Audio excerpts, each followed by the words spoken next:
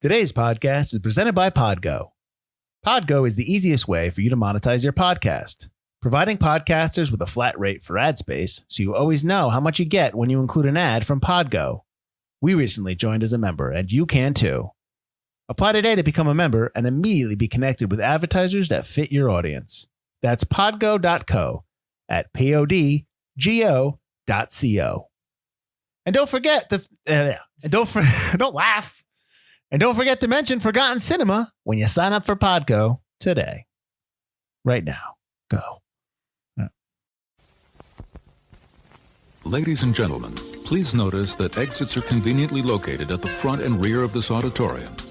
When leaving the theater, we suggest that the exit at the front of the auditorium will allow you easier access to the parking areas. Thank you.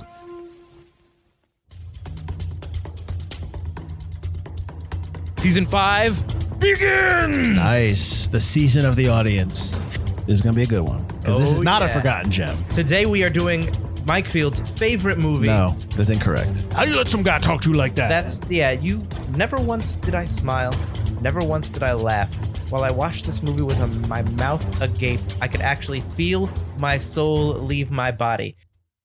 Hello, I'm Mike Butler. And I'm Mike Field. And you're listening to the Forgotten Cinema Podcast. As you may know already, each episode we highlight a film that, for a variety of reasons, was forgotten by audiences. Whether it be because a more popular movie was released at the same time, or the movie simply didn't catch on with an audience in its initial run. But this season, we're not picking the movies. You, the audience, have selected our films. We're going to discuss what we love, like, or maybe not like about your movie. But we thank you for sharing your passion for the film. And as always, we recommend that everyone revisits the movie we're talking about this week. You never know. You could discover your own forgotten gem. If you enjoy our podcast, please let everyone know by rating, reviewing, and subscribing on Apple Podcasts, Spotify, or wherever you're listening to this podcast. In this season of Audience Choice, these are the episodes that try men's souls.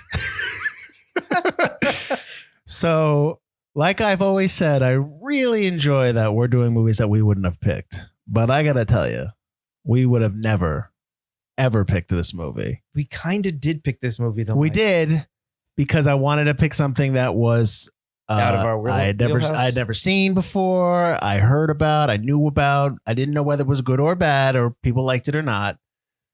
But yeah, this is going to be an interesting one because we do not like this movie. But we should say, okay, so we're doing a movie that was suggested to us by a fan of the show. He is named Birkir Fannar. If I've said your name incorrectly, I apologize. He lives in Iceland. He's a friend of another friend of the show, Russ Lyman, who is one of Mike's personal friends. And I'm friendly with Russ. I shouldn't say he's not my personal friend. He is. Hey, Russ. Screw Russ Lyman. That's enough. All right. So Birkir is somebody who follows us on Facebook, and he suggested this movie to us on Facebook. So we're like, yeah, sure, why not? And the movie was Uptown Girls. So Birkir, I'm sorry if we offend you in any way when we talk about this movie. I mean, if you love this movie, that is great. Good for you. We don't view you any differently. I sincerely say that. But we absolutely abhor this movie. And this will probably be a fun episode. But first, we want you to tell us in your own words why you like this movie. And then we'll move on. So take it away. Hey, guys. Mike here from the future. Well, from your present. Well, maybe from your past, depending on when you're listening to this episode. Either way, I'm from the Mikes you're listening to's future. So as you may or may not know, we record these episodes 10 weeks in advance.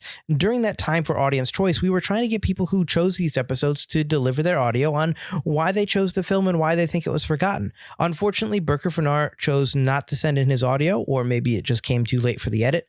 Either way, we don't have why he chose the film, which is really too bad because Field and I pontificate a lot on that this episode. So I thought it was important to let you guys know that we're going to bring it up, but we don't know. And that is really frustrating because that is going to be one of the greatest mysteries of our time on this show is why someone would choose Uptown Girls as forgotten cinema, because, oh my God, it still resonates with me today. I still have nightmares about it.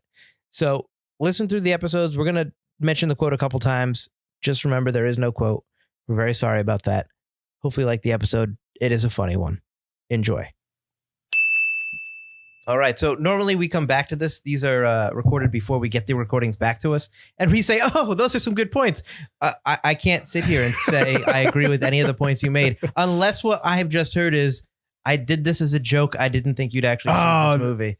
In that case, well done. That's the next Well level done. move right there. Absolutely. So let's get into it. Let's get into some of the facts, and then I'll get into you know what? Screw that. I'm gonna do the synopsis first. Yeah. So Molly Gunn, played by Brittany Murphy, has never worked a day in her life and has lived like a queen since her father, a famous rock and roll star, died and left her his fortune. Her father and mother, they left that out. But everything changes when Molly realizes that her manager has stolen her money. She lands a job as a nanny for Ray, played by Dakota Fanning, a young girl whose serious attitude is the opposite of Molly's carefree one. With the help from her boyfriend, Neil, that's incorrect, Molly tries to bond with Ray and learn how to be an adult. That is an okay synopsis. It doesn't really kind of... Yeah, no, I know the look you give me. They're right adding now. like weird Yeah, things to it. I know, because I'll talk about the whole Neil nonsense. So Uptown Girls was released on Friday, August 15th, 2003, has a runtime of 92 minutes, thank God. Rated PG-13, production budget of $20 million. Opening weekend, it did $11 million. Domestically, 37, and then worldwide, 44. It made twice its money back. Yeah. It doesn't matter. Production company and distributor are the same. That is MGM, Metro Goldwyn Mayer. That's right. I said that right. Yeah. Yeah, good problem. Now, it came out, so in 2003 on August 15th, that's obvious. I said it was a Friday. It came up against Freddy vs. Jason. I like Freddy vs. Jason. That's when they're eating the hearts, right? It's got some cheeseball moments. Yeah. Grind. Open Range, which I love. Open Range is great. Yeah. That's is that Robert on our Duvall. list? If it's not, it should be. Yeah. Because I remember us talking about it. That's with Robert Duvall and Kevin Costner. One thing I like about that movie, and if we ever do, I'm probably going to talk about it, is the last shootout at the end. There's no music. No, yeah. It's just what raw, gun violence and whatever, all the action. I like it. And then in a limited release, American Splendor, that is about the famed cartoonist, and I'm blanking on his name, but it's played by Paul Giamatti. I feel like I've seen that film. Yeah. Yeah, you have. So that's Friday. The Wednesday after that, you had in a limited release 13. That was the middle school drama. Right. Yep. Yeah. And then the Friday after that, so the 22nd, you had The Medallion, the Jackie Chan movie, which is not good. Mm-mm. My Boss's Daughter, which I can't. Oh, that's with Ashton Kutcher. Yeah, I can't remember who the girl is in that. It's an okay date movie. It's an end of the summer movie. Oh, absolutely. School starting soon. We're too concerned about what these movies. We'd rather make. just be on Comedy Central playing over. Marcy X, which is no. And then The Battle of Shaker Heights in a limited release, which that is the first movie that Project Greenlight released when they had their whole thing. That was the Ben Affleck, Matt Damon produced. It was kind of like American Idol for filmmakers almost, right? I like Project Greenlight. Yeah. The idea of Project Greenlight is really good. But the movies that correct. The movies were not that. Some of them were not that. None of them were good. But that's fine. Whatever. The week before this, the 8th of August, you had SWAT, which is actually, I don't mind it. It's not great, but I don't mind it. That's just the remake. If it's on TV, I don't usually. Yeah. Right. No. This is the movie with Sam Jackson. No, that's what I'm saying. Yeah. If it's on TV now, it's on FX a lot. Right. And then you had the Wednesday before that, so the 6th. You had Freaky Friday, which is actually pretty good. The Lindsay Lohan, Jamie Lee Curtis remake. They only did one remake, right? They did a sequel, I thought, to the first one. Or am I thinking something different? There's like a Freaky Friday. There's a series. There's a series that I saw on Disney Plus. Yeah. I didn't watch it. I saw the screen cap, is what I'm saying. Yeah, agreed. So this movie is directed by Boaz Yakin. If I said that wrong, I'm sorry. He did Remember the Titans, Fresh, Safe, and then he wrote actually Now You See Me. You like Remember the Titans? Yeah, do you not? I like it, but I don't like when they sang at the funeral and they're singing na na na. I don't like that. That's corny and it's really just inappropriate. It's a high school sports movie. I don't know what you want other than corn. That's what you're gonna get.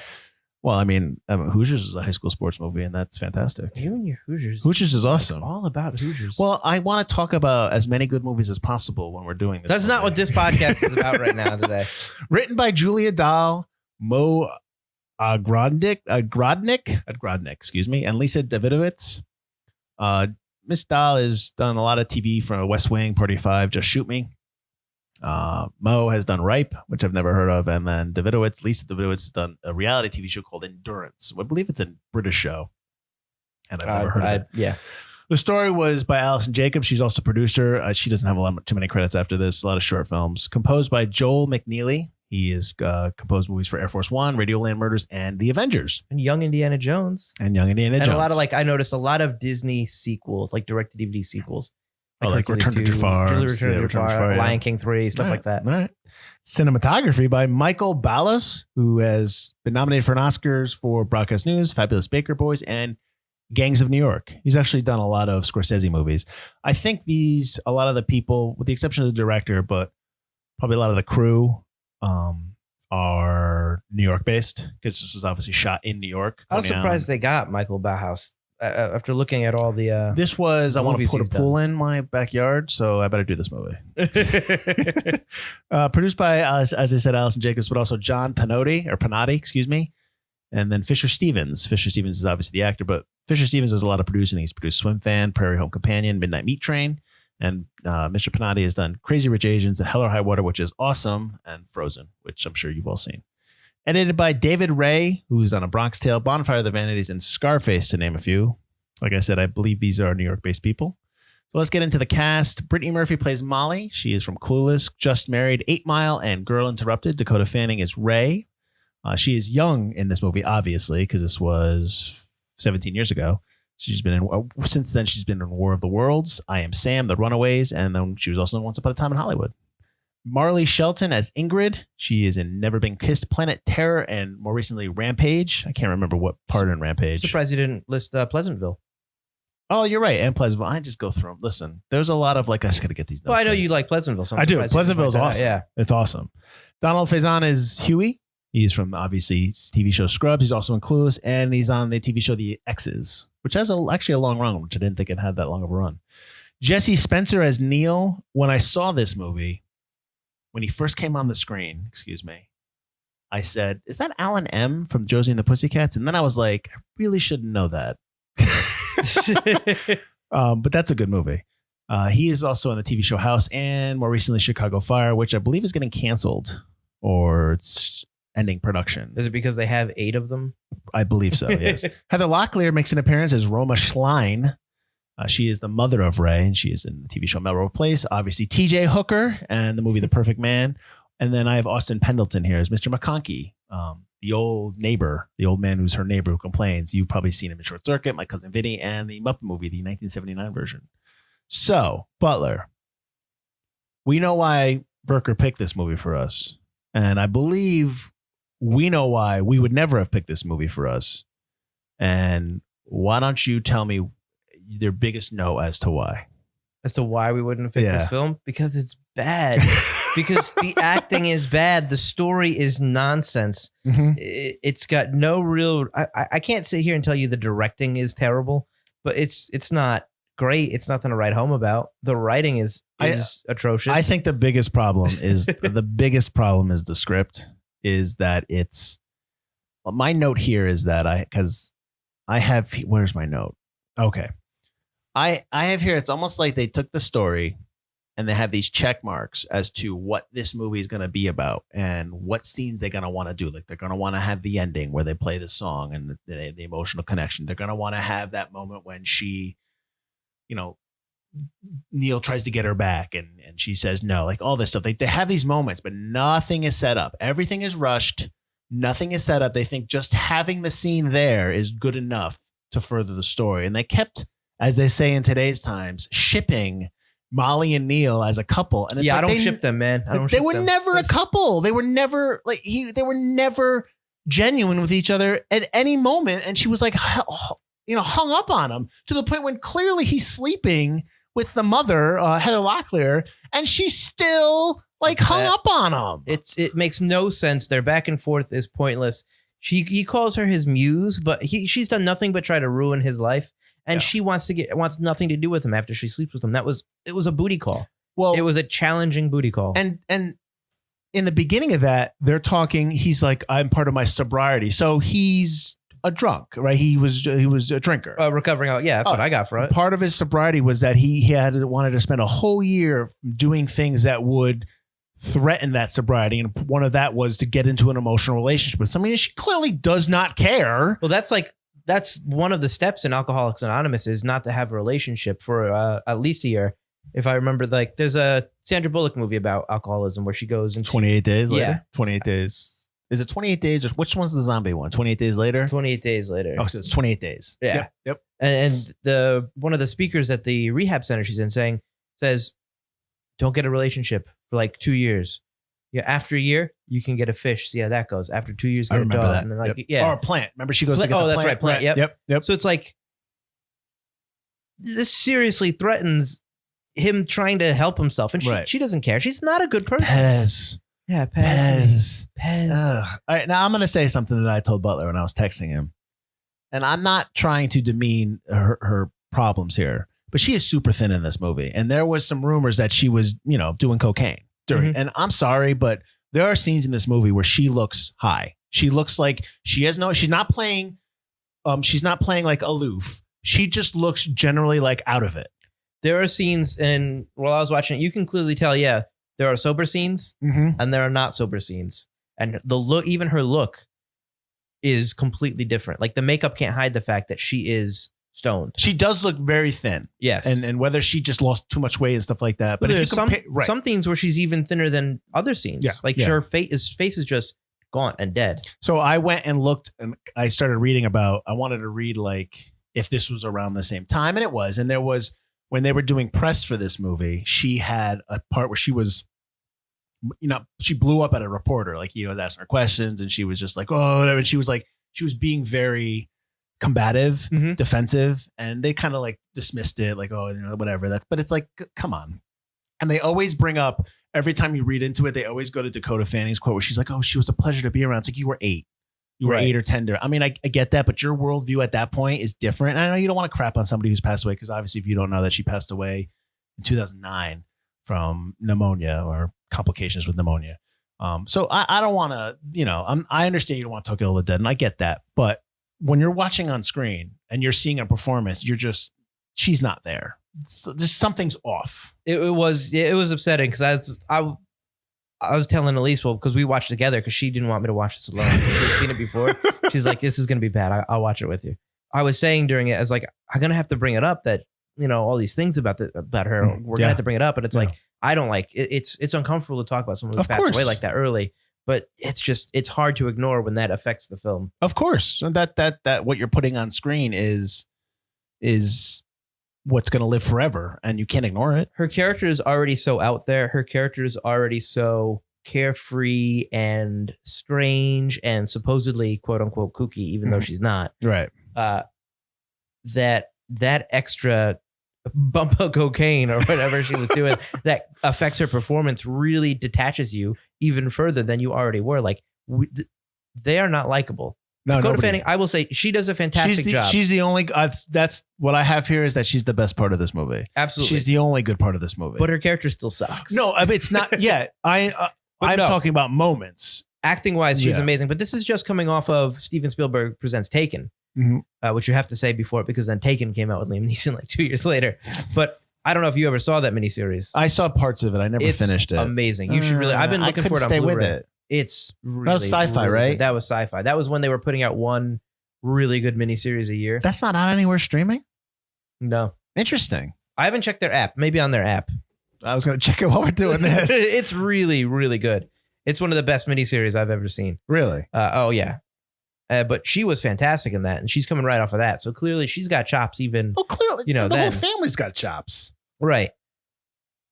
And it was tough because I have a lot of notes of like, she's really good, but she's also really annoying. She's not kooky. She's not fun. She's not funny. She's not charming. She's not adorable. She's a brat. She's a weird OCD, hypochondriac brat.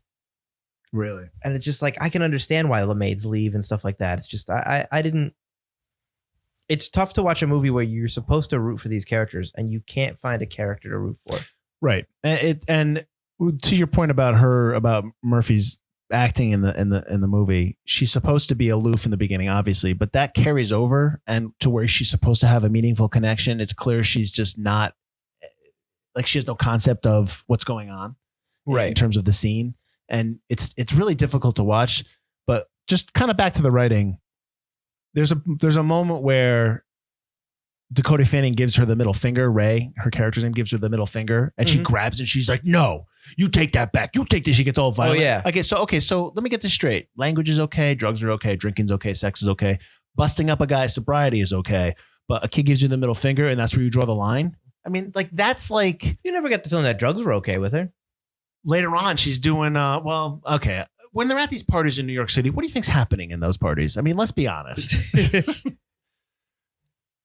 But I'm just saying that goes to an inconsistency in the writing. Exactly. That's a moment that's like, well, that should really connect to something else. We should be explaining that beforehand or afterward why that's not cool. Mm-hmm. There's an irrationality to this movie that is just rampant. Everything's irrational. There's nothing like Neil's never an option, and they keep forcing it on us to the point where I'm supposed to be like, oh, at the end when he's like, he dedicates that song to her, the father's song. She says in the beginning that she's not supposed to sing that song. That song is for her and her father. Right.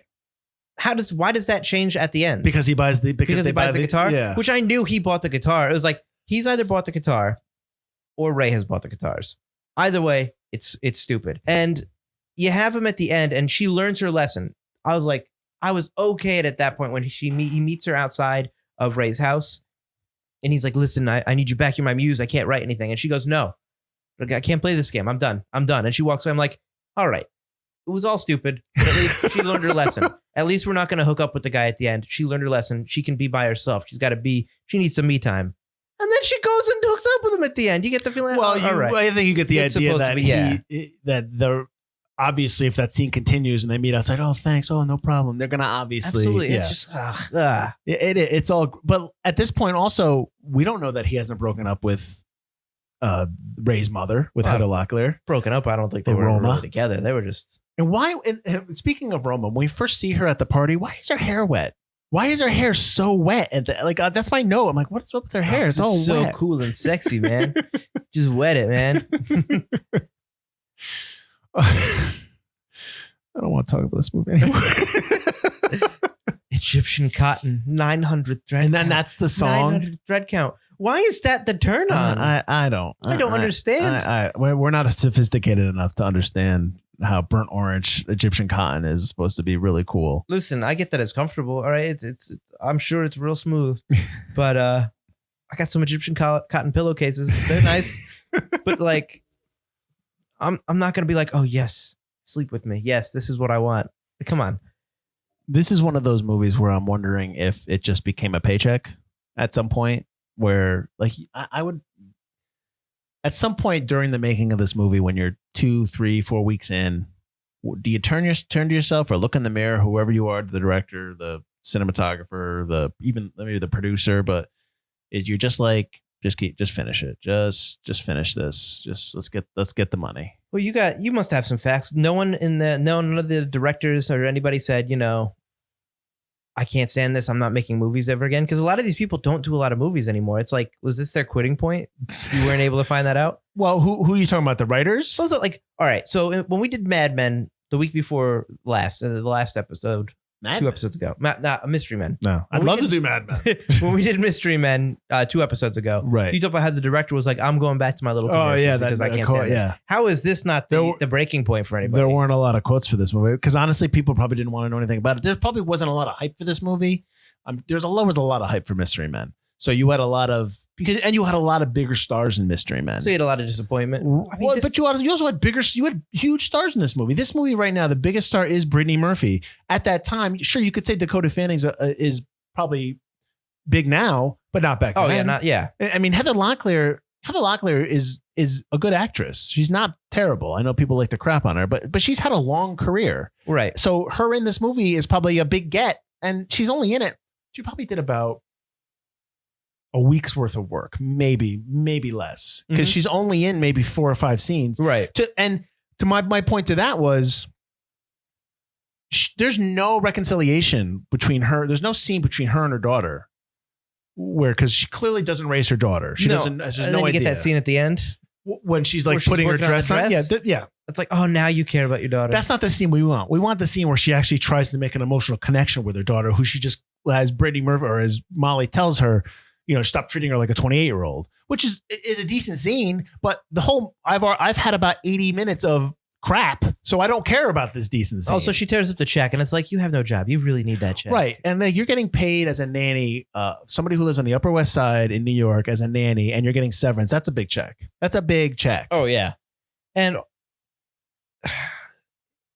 you can't expect the mother-daughter scene when you don't get that between Molly and Ray.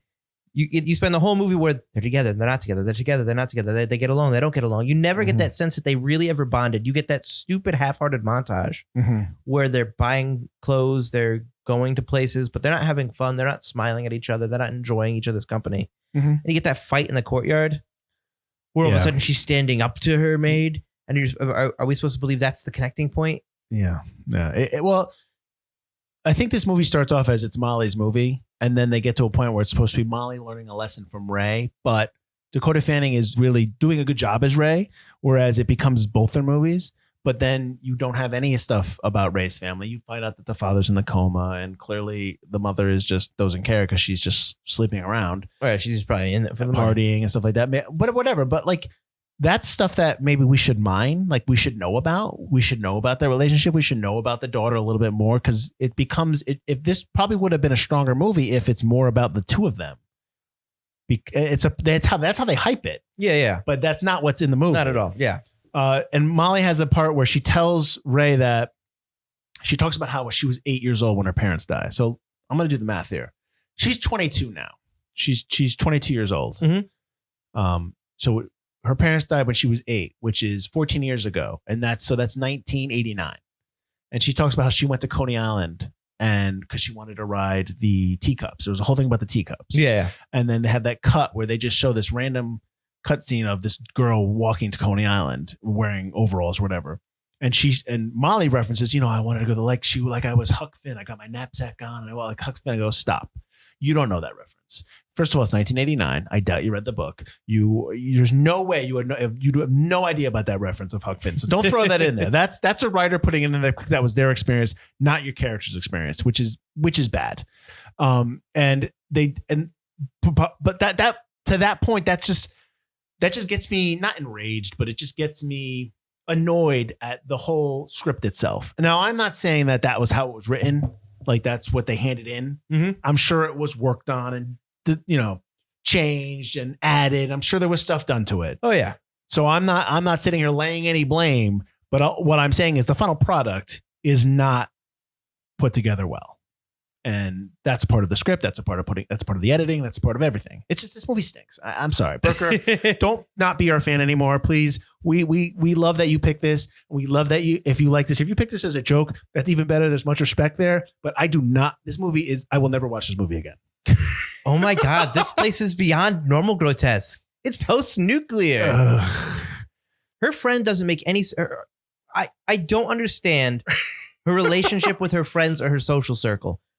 At no point after the beginning of the movie do you get that she has a lot of friends. At no point in the movie do you get the point that there's no point of any of this movie. Well liked, or that there was a reason for people to suck up to her. But at the beginning of the movie, you get these flowers taking up the entire apartment building. I didn't get it. These presents piled up high. It's like, but she has one friend. Who's the entire movie? Who is sending her this stuff? Who is sending her underwear?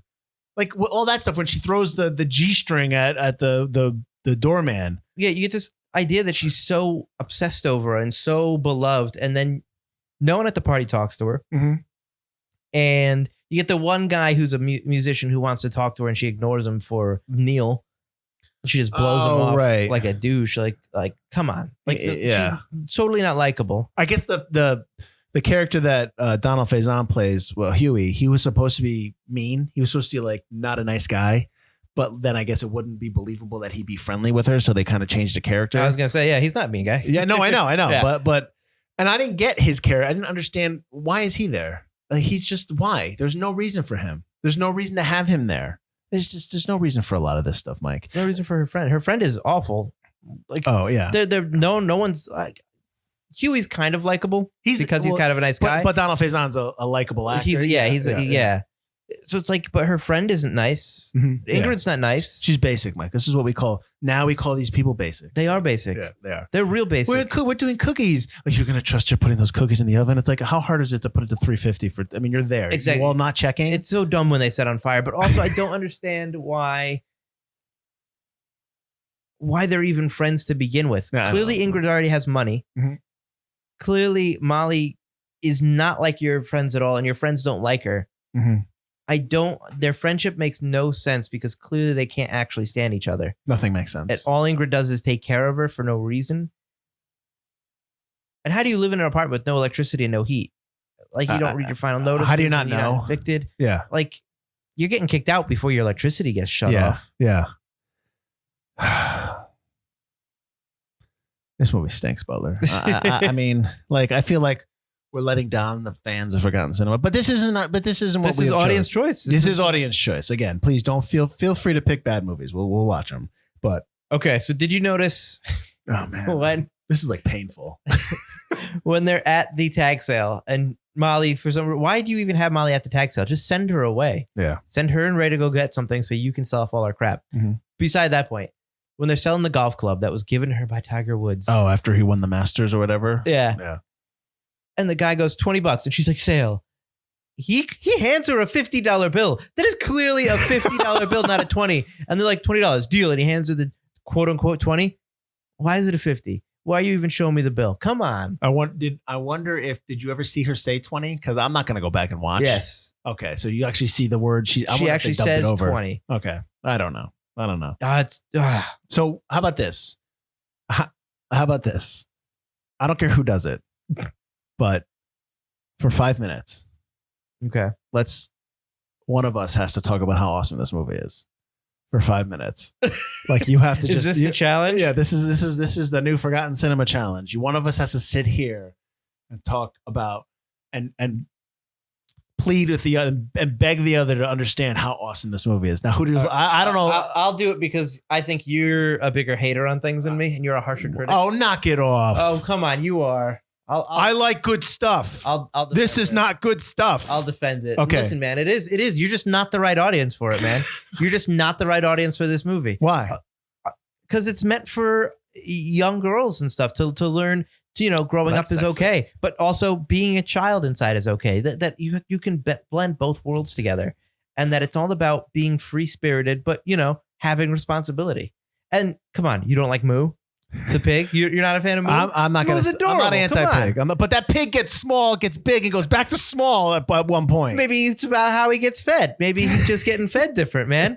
Huey's a good guy. Huey's fun. He's got some fun lines. He's a supporting character. He's all right. And you're going to tell me that Egyptian cotton song isn't, at least, it's even if not good, it's a little catchy? How about the fact that the director of the movie puts himself as the director of the music video? Don't do that. That music video looks terrible. That music video is so 80s, dude. It's fine. It's not 80s. It's 2003. It's okay. Listen, it's a fun movie. You didn't think it was funny when she jumped off that bridge into the New York water and she didn't land all the way in? No, because I thought that was just a cry for attention. That she's going to just up and kill herself. The hot dog scene where she's eating the hot dog and then she's like, oh, she's alive. Yeah. Again, she's got to eat the hot dog. How obnoxious do you have to be? I just imagine that if I'm in there eating a hot dog and these people do that, I would just turn and be like, why don't you just shut up? Dude, no one cares about you. You're not the center of the world. Go ahead, Butler. Keep defending it.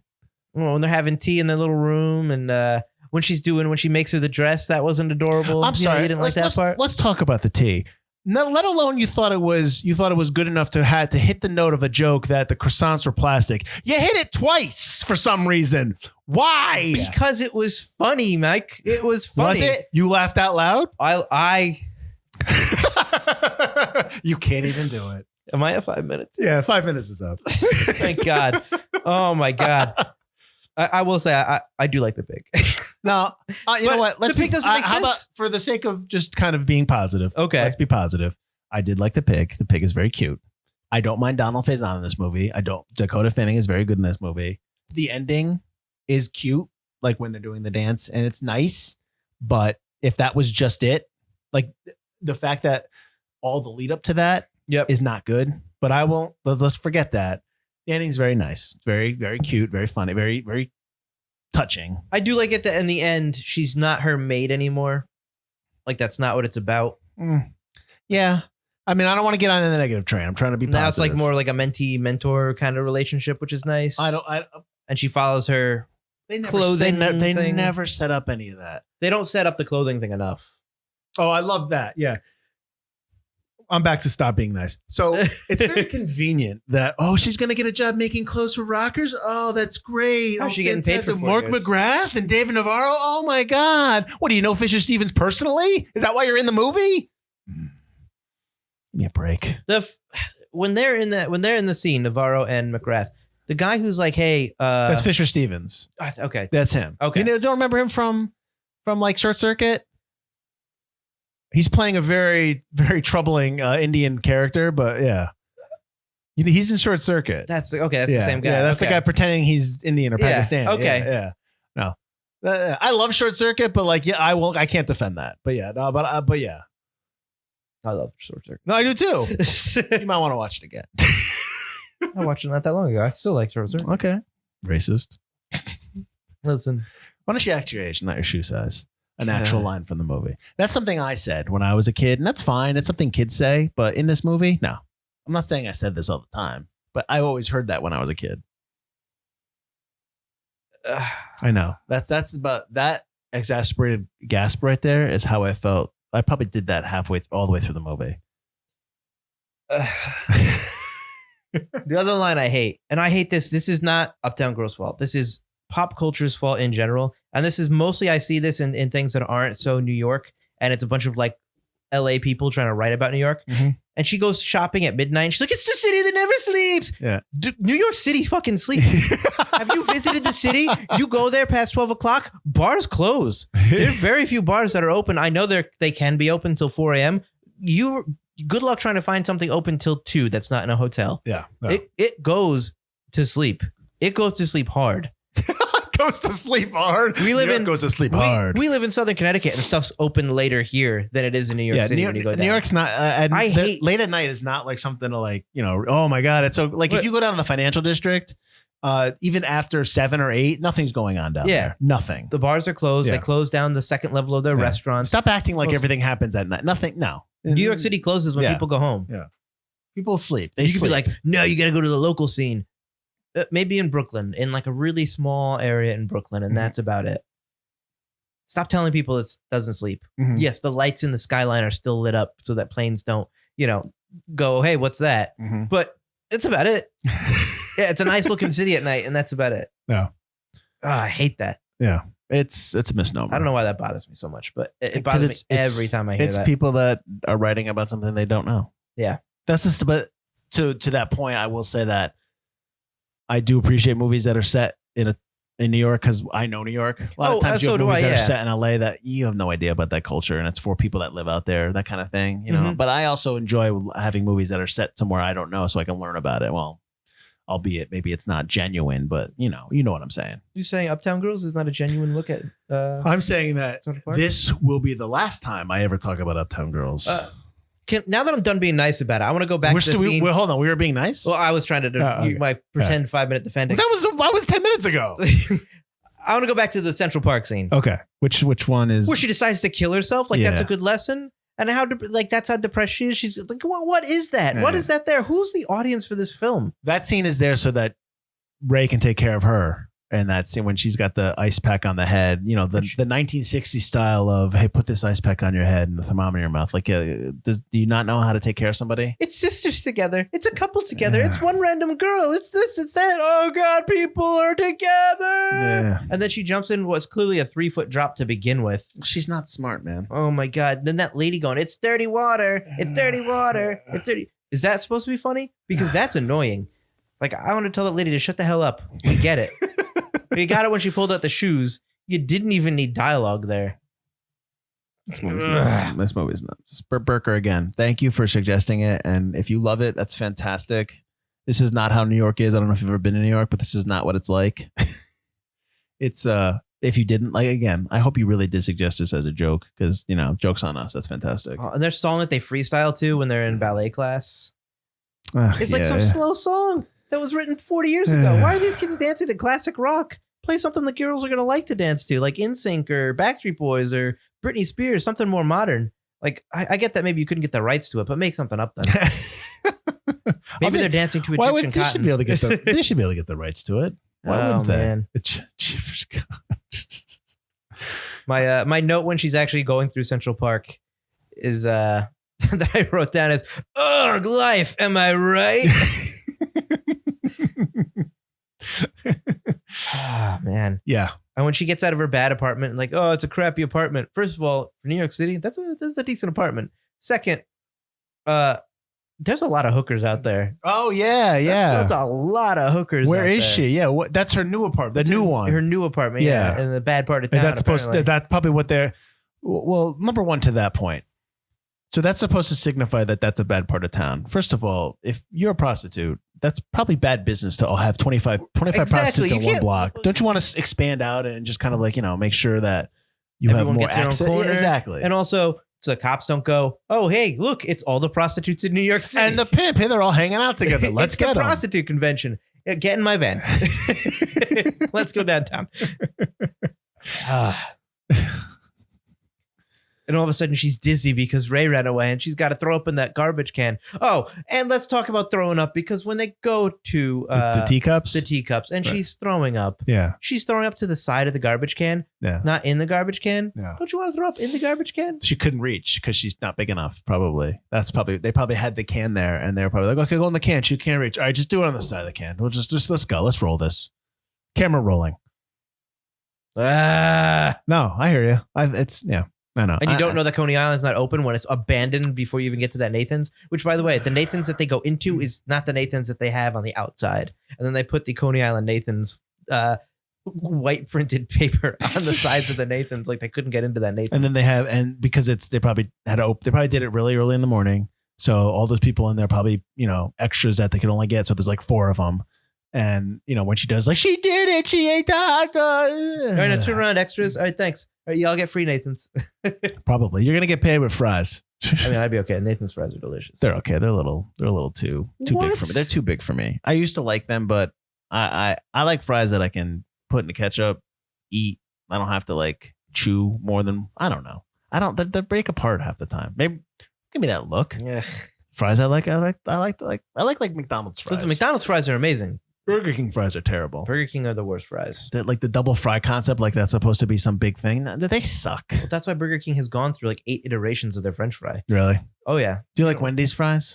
Now I do. I used to be, they were okay back in the day, Mhm. but now that they got the sea salt fries, I think they're actually not bad at all. I gotta tell you, salt and fries is a lost art. 'Cause a lot of people don't do it because it's it's bad for you. But like that's the way to have fries with salt on. Oh, yeah. them. Absolutely. I mean, I wouldn't mind pepper too. Yeah. A little bit of pepper, I think Wendy's is a little pepper on So it. let's rank, because I don't want to talk about I don't want to talk about this movie anymore. So let's rank fast food fries. So you're saying that McDonald's is number 1? McDonald's is number 1 because Yeah. they're just like, you go there for the fries. Yeah, true. Well, I don't go there for anything else. I'm a vegetarian. Five Guys is really good. I don't know. They're like, I don't know if they're really fast food. Their though. fries are greasy though. Well, they got the peanut oil, so they're greasy, but they don't feel like. I don't know. I don't feel always gross after eating I them. see. I do. I always. Oh, really? I feel kind of gross after eating them. See, I don't feel gross after eating those. Wendy's fries are probably 3rd right now. Yeah. Burger King fries are still The last. Burger King fries will never be first. I don't like Popeyes. I prefer KFC, but Popeyes their Cajun fries are not bad. I like the salt and pepper fries we get at Buffalo Wild Wings sometimes. Oh, those are not bad. Those are good. I actually like salt and vinegar ones too. The salt and vinegar rub on them Yeah. is really good. Yeah. The curly fries at Arby's are fantastic. I've not had those. I stay away from fast food unless we have to go somewhere to eat, and then I usually will get like French fries from McDonald's. I know they do vegetable oil now. But yeah. So I don't want to talk about this movie anymore. So we're gonna move on. I don't care if this episode's 20 minutes. We've actually been able to stretch this into the 40s. So we're Nice. good. It's because of the French fries. Thanks again for the suggestion. I know we're crapping on the movie, and I'm sorry if you really liked it. And if anyone out there liked it, we can be wrong. That's fine. You keep your opinion. You can love it, and that's fine too. Maybe we missed the point. I'll tell you what's nice about this movie, Mike. It's 92 minutes. Oh, absolutely. That's the best part about it. Next week's movie is 89 minutes. I'm looking at it right now. All right. We are doing Butler's mommy's pick next week. This is your mother's pick. Oh, yeah, that's right. We're doing Silent Running next week. It's actually rated G. It's a drama sci-fi movie from 1972 starring Bruce Dern. So we're doing a little old. We're going a little old lead next week. They're just cool because I don't know if I've ever really seen a movie with young Bruce Dern in it. Like pre-90s Bruce Dern that I can remember. Would you see Diggstown? That was 90s. I've never seen Digstown. Digstown's really good. I've heard Digstown good. But he's older than that. Yeah, this is probably... This is probably the youngest I'll be seeing Bruce Dern, which is interesting because I think he's a really good actor. So, well, I mean, 72, a set movie from 1972 is essentially late 60s. So, yeah. It'll be good. It'll be good to watch something with a little bit more depth to it. So the question is, can we find it? It's on Prime Video. I'm looking at it right now. Nice. You might have to rent it though. At least it's available. My fear was that it wasn't available. Oh no. I think the only one that we looked at all these before we started. There was one movie that we thought we might have trouble with, but I can't remember what it was. I'll have to go through it again. I remember. Okay. But yeah. So join us next week for Silent Running. Mike, why don't you, just let everyone know where they can find us. This episode's really bummed me out. So if you want to listen to us talk about other movies that we did enjoy, or at least one of us enjoyed, you can hear Forgotten Cinema every Wednesday. You can see us on ForgottenCinemaPodcast.com. We have all our older episodes and newer episodes posted up on there, as well as a link to our merch store.